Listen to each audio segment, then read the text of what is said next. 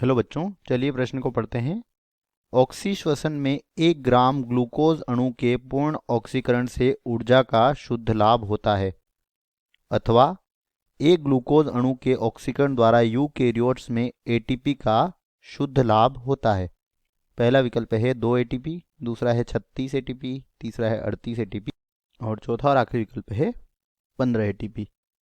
तो चलिए बात करते हैं इस प्रश्न की मुख्य अवधारणा।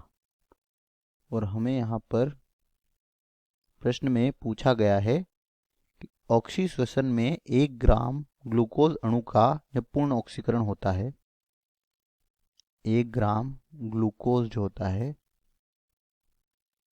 1 ग्राम ग्लूकोज अणु का यहाँ पर क्या हो रहा है, पूर्ण ऑक्सीकरण।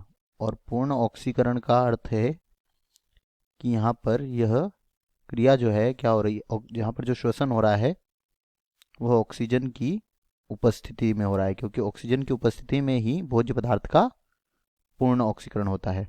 और ऑक्सीजन की उपस्थिति में यानी कि ऑक्सीश्वसन के फलस्वरूप जब ग्लूकोज का पूर्ण ऑक्सीकरण होता है तो इसके फलस्वरूप अत्यधिक मात्रा में ऊर्जा बनती है, लगभग 38 एटीपी, और यहाँ पर कार्बन डाइऑक्साइड गैस मुक्त होती है।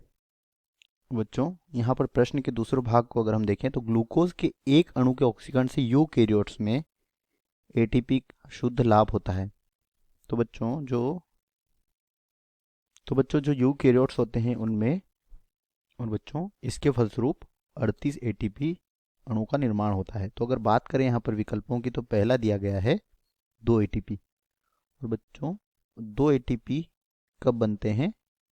तो बच्चों 2 एटीपी अणु जो है यह बनते हैं जब अनऑक्सी श्वसन होता है, यानी कि ग्लूकोज का अपूर्ण ऑक्सीकरण होता है। तो यह तो गलत हो जाएगा।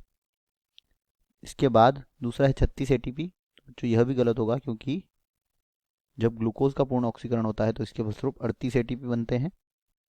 बाद सी है 38 एटीपी, ये हमारा उत्तर है। और डी है 15 एटीपी, यह भी गलत हो जाएगा। दिए गए प्रश्न का सही उत्तर होगा विकल्प सी। आशा करते हैं आपको समझ आया होगा। धन्यवाद।